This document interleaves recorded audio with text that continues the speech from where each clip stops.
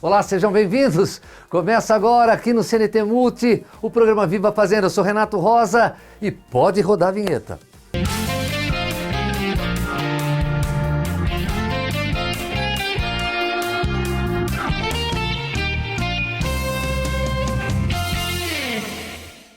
Quem pensa que felicidade é assunto apenas para os momentos de lazer, talvez precise atualizar os conceitos. O tema foi destaque durante a palestra promovida pela Sinfaz, em Fazenda Rio Grande, reunindo empresários, gestores e colaboradores para uma reflexão sobre algo que influencia diretamente o dia a dia das empresas: o bem-estar das pessoas. A proposta do encontro foi mostrar que felicidade no ambiente corporativo vai muito além de sorrisos e frases motivacionais, aquelas penduradas na parede. Ela está relacionada ao sentimento de pertencimento, ao reconhecimento profissional e à qualidade das relações dentro das equipes. Roda a matéria. A saúde mental e o bem-estar dos trabalhadores estão cada vez mais em evidência dentro das empresas.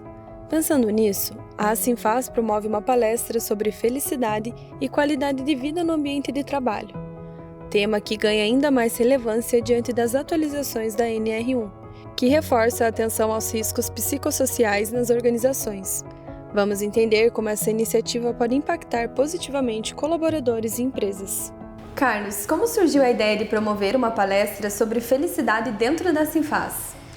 Então, primeiro porque é um tema fantástico de se trabalhar. Eu acho que a felicidade é algo que todo mundo busca e nos tempos atuais, onde nós temos os riscos psicossociais, temos essa demanda por soluções para diminuir a ansiedade, o burnout e tantas outras doenças psicossomáticas, né, que o trabalho ou a pressão social acarreta, se trabalhou bastante nos últimos 2 meses a questão da NR1 e a felicidade veio coroar esse momento com uma palestra fantástica, né, do Henrique Bueno, que é uma sumidade nessa área aqui no Brasil, e a gente pôde trazê-lo para falar sobre isso e como a felicidade ela pode ser gestada ou gerida, melhor dizendo, e ao mesmo tempo como ela contribui.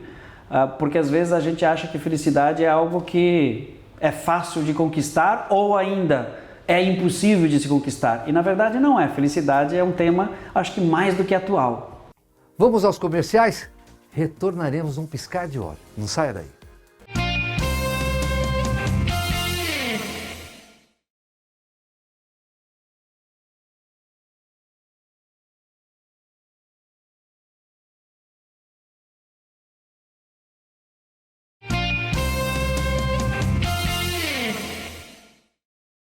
E quando falamos de felicidade no ambiente de trabalho, estamos falando também de saúde mental.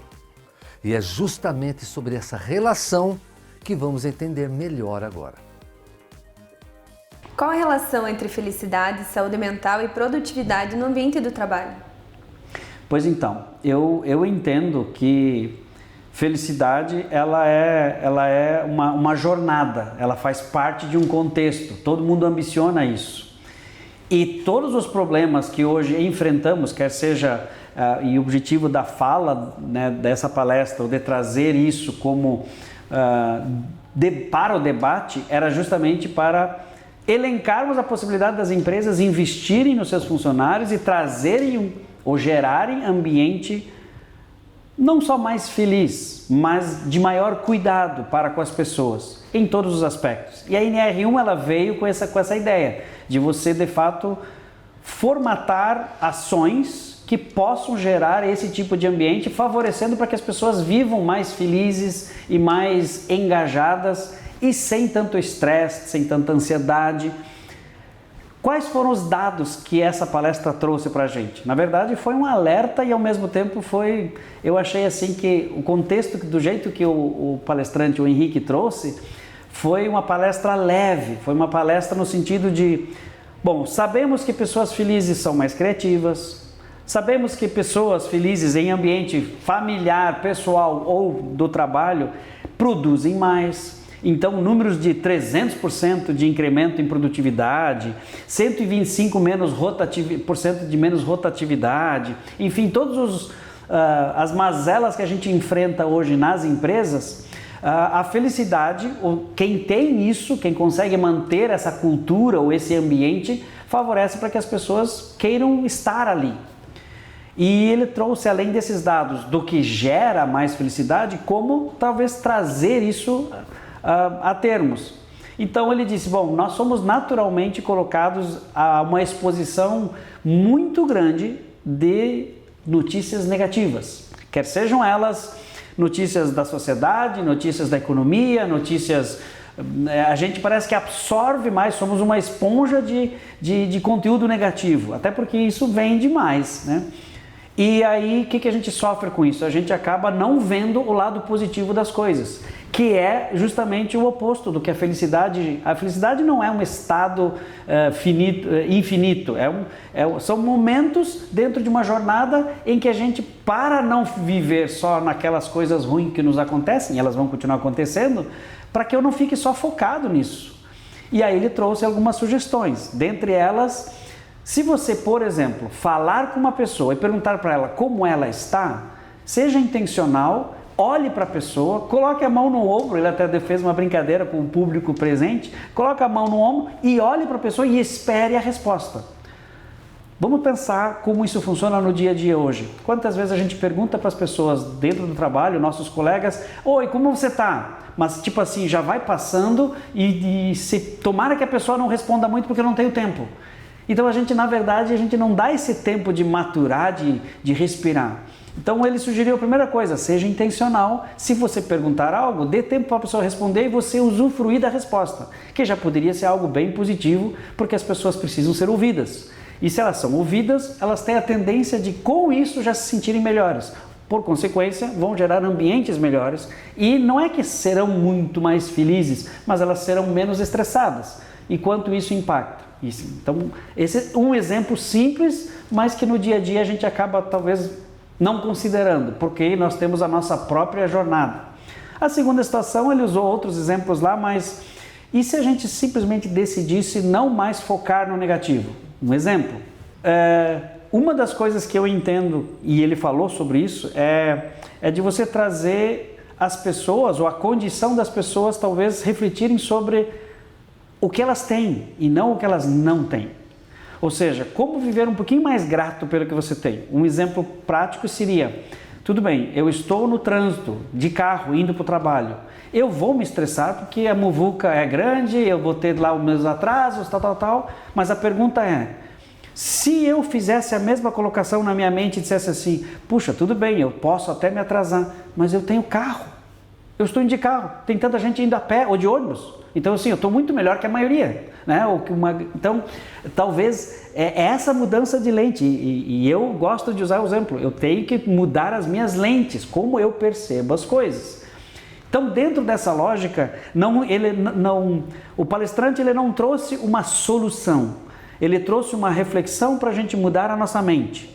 Porque o estado de felicidade não é algo que eu atingi e aí terminou. Porque quando eu chego lá, eu já quero outra coisa, eu já vou indo. Então, na verdade, é a minha jornada que vai ditar como eu percebo as coisas, desconsiderando ou não supervalorizando o negativo e, ao mesmo tempo, facilitando ou agradecendo pelo que já está acontecendo. Vamos aos comerciais? Retornaremos num piscar de olhos. Não saia daí.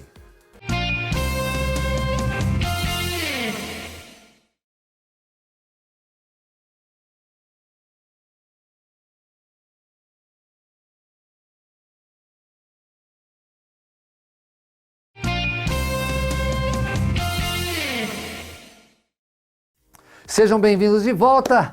Vamos continuar com a matéria? Pode rodar. Como que as discussões acontecem no trabalho? É pelo orgulho, tipo assim, feriu o meu orgulho, fiquei indignado. Então, eu preciso talvez só mudar esse mindset que a gente tanto fala que é preciso, mas que exige um esforço, um autocontrole. E algumas pessoas não estão dispostas a isso. Mas o conceito de felicidade, ele tem um estudo obviamente mais aprofundado, você trabalha algumas coisas, mas essas duas, por exemplo, mudança de mindset e principalmente você de fato ser intencional na conversa com pessoas, são duas ações simples e que com certeza já vão fazer a diferença. Para que eu seja sempre feliz e viva num mundo utópico onde nada de ruim me acontece? Não, eu não acredito na teoria do segredo, né? Jogue para o universo e vai... A Bíblia diz que se eu semear eu vou colher, então eu acredito nisso. Mas eu preciso fazer a minha parte, e a minha parte poderia ser intencional em tratar as pessoas e ajudar elas a serem mais felizes, e eu com certeza vou colher parte desse fruto. Então é mais ou menos nessa linha. Então ele foi rodando ali, fez muita interação com todos do público presente e foi assim uma noite gostosa, falando sobre uma temática que coroa esses 2 meses de ações sobre NR1, além da parte legal. Porque eu acho que a parte legal ela só está forçando as empresas a investirem no ser humano. Agora, nós precisamos, além disso, de fato, fazer isso de forma intencional e não por cobrança. É mais ou menos o seguinte, se eu tivesse que resumir, eu tenho que querer usar o cinto de segurança não porque é uma lei, mas porque isso me protege. Então, eu tenho que investir em pessoas, não porque a NR1 exige, mas porque é o melhor e eu só tenho a ganhar. Inclusive, gera um ambiente que vai favorecer eu, minha empresa, enfim, todo o ambiente de trabalho. Então, é nessa linha que foi conduzida a palestra e terminamos com chave de ouro com o Henrique Bueno, que eu acho que foi assim, de novo, uma ação favorecendo os associados da Sinfaz de forma gratuita e muitos trouxeram os seus colaboradores, eu acho que foi muito bem produtivo, né? Então, foi uma oportunidade única. Vamos aos comerciais? Retornaremos num piscar de olhos. Não saia daí.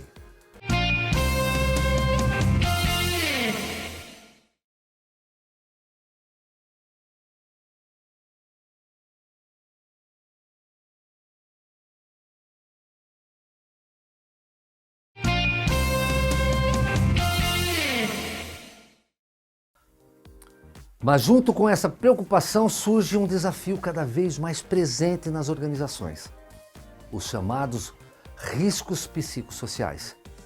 E é sobre eles que nós vamos entender melhor. E quais são os principais riscos psicossociais que as empresas precisam observar atualmente? Com certeza tem a ver com a rotatividade, tá? Que é fruto de estresse ou burnout. Né, o burnout, sei lá, eu acho que a ideia aqui está em como evitar que as pessoas se sobrecarreguem. Primeiro, ajudando elas a lidar com algumas mazelas pessoais, né? E as empresas hoje elas podem fazer isso através de colocar à disposição, vou dar um exemplo, um líder bem trabalhado, ele consegue fazer através de uma sessão de feedback com o seu colaborador, fazer com que a pessoa enxergue ou principalmente que ela se sinta mais acolhida. Então isso precisa acontecer. E isso para mim é uma das coisas que a NR1 vem incentivando. Quer dizer, não são só ações de treinamento, desenvolvimento, mas são ações realmente de contato, de conexão. E um líder bem capacitado faz isso. A segunda situação, quando a gente pensa em ansiedade, é oportunizar para a sua equipe opções de benefícios, né? Desde massagem, momentos de desopilar, né? Ou seja, você colocar à disposição não só um saco de pancadas ou então uma mesa de sinuca ou algo do tipo, mas oferecer subsídios para que em momentos oportunos durante o horário de trabalho a pessoa possa ter o seu momento de reflexão. Por exemplo, eu conheço uma empresa que investiu numa cafeteria no centro da empresa. E eu achei muito legal, porque quando você quer de fato bater um papo num ambiente mais amplo e neutro, você vai lá tomar um café, em vez de ser somente na sua salinha, cada um com a sua térmica, o que também pode funcionar, tudo depende da empresa. Mas é uma cultura que eu acho que as empresas hoje elas estão repensando o seu modelo de negócios. E talvez a pressão de metas, do grau de exigência, talvez no passado funcionava mais. Hoje, ela gera uma condição onde as pessoas talvez expanam, não, mas eu não quero tanta pressão, eu prefiro ganhar um pouco menos, ou enfim, mas não ter que doar toda a minha vida. Então, por exemplo, daí surgem as premiações, daí surgem, por exemplo, mais do que dar um bolo de aniversário para quem está de aniversário, quem sabe dar o dia de folga para ele. Para a empresa isso pode até ser mais barato. Então, e ao mesmo tempo isso talvez dê aquela sensação de que, nossa, estão atendendo as minhas demandas, estão realmente me vendo como pessoas. Então eu acho que nessa linha tem muito o que ser explorado. E para inibir ou para reduzir esses riscos que geram custos incalculáveis hoje, porque o segundo ou terceiro item que mais afasta pessoas é a ansiedade e o estresse. Então, eu acho que tem que começar por ali mesmo. A palestra promovida pela Sinfaz mostrou que felicidade, saúde mental e produtividade estão mais conectados do que muitos imaginam. E para as empresas que desejam crescer e se desenvolver, investir nas pessoas deixou de ser um diferencial para se tornar uma estratégia fundamental para o futuro. O programa chegou ao fim. Se você quer assistir o programa Viva Fazenda e não sabe como, é simples e bem rápido. Caso não consiga assistir pela televisão, é só baixar o aplicativo CNT Play em seu celular e assistir ao vivo o Viva Fazenda. E você pode também acessar o programa no seu computador através do portal .redecnt.com. Divirta-se.